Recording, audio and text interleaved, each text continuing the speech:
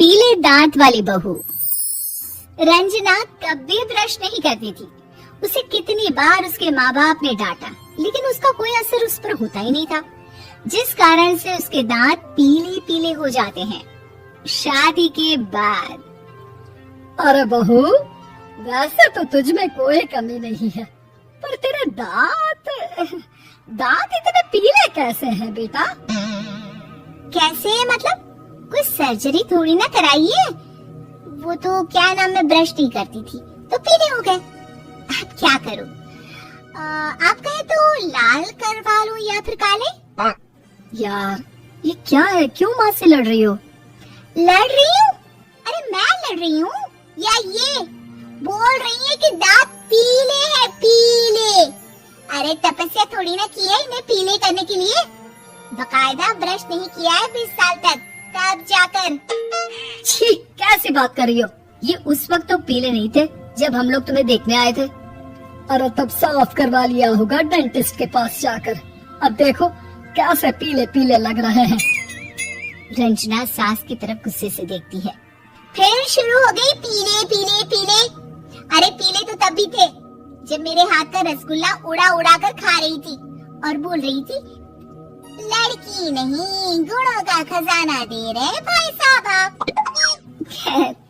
अब वो लोग करते भी तो क्या करते, पीले दांत वाली बहू पल्ले पड़ी थी तो झेलना तो था ही।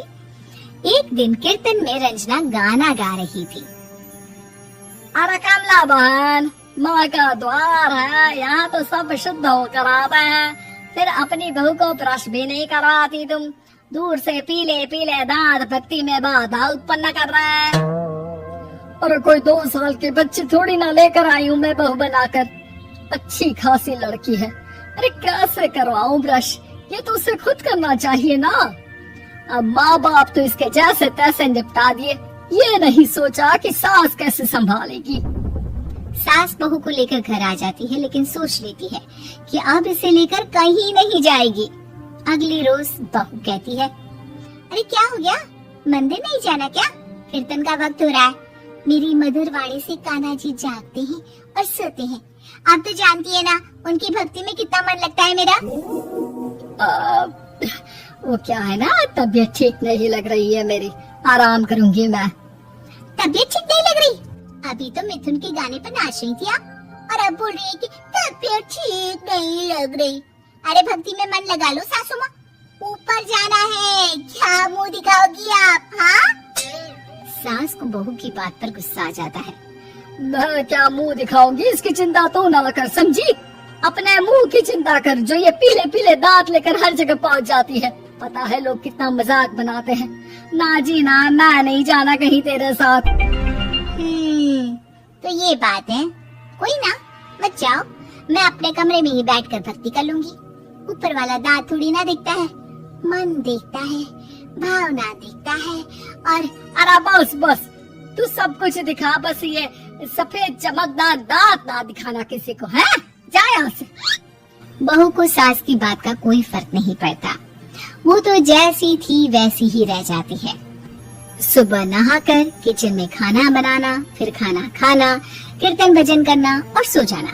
एक दिन, माँ जी मैं सहेली के घर जा रही हूँ, शाम को लेट आऊंगी। हाँ हाँ तो जाना, मैंने कौन सा तेरी आरती करनी है घर पर बैठकर। रंजना सहेली के घर जाती है, जहाँ वो पार्टी में जाने की तैयारी कर रही होती है।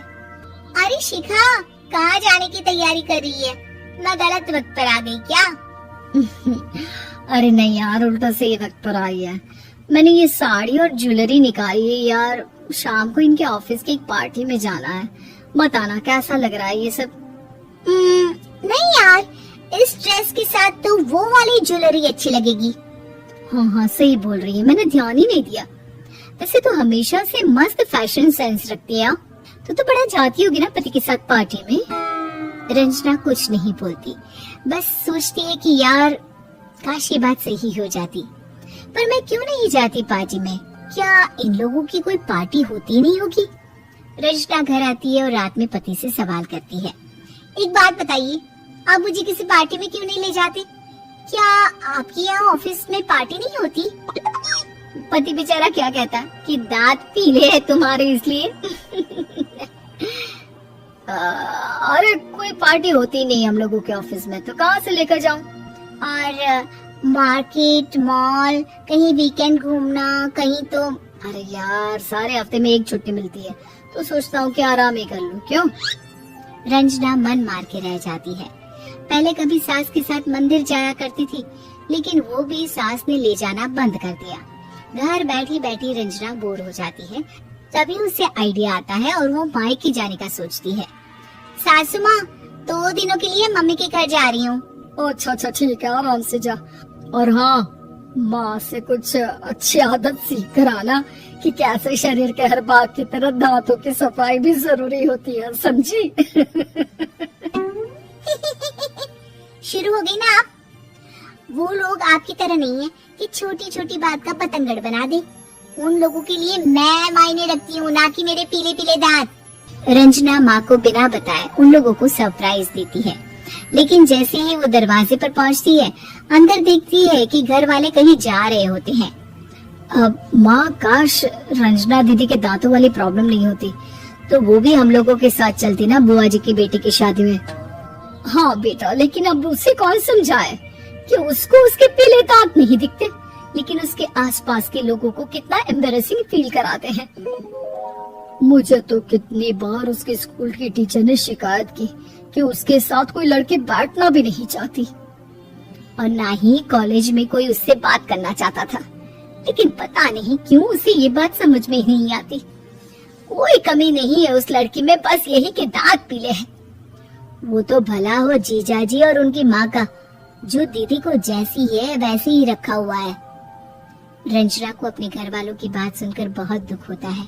वो सोचती है कि वो क्या करे, लेकिन फिर वो सीधा डेंटिस्ट के पास जाती है, अपने दांत चमकाती है और कसम खाती है कि वो रोज ब्रश करेगी। और क्या हो गया?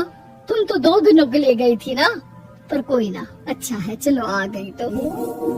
रंजना सास के सामने आकर खड़ी हो जाती है और पूरी स्माइल करती है, उसके चमकदार दांतों को दिखाती हुई। हैं?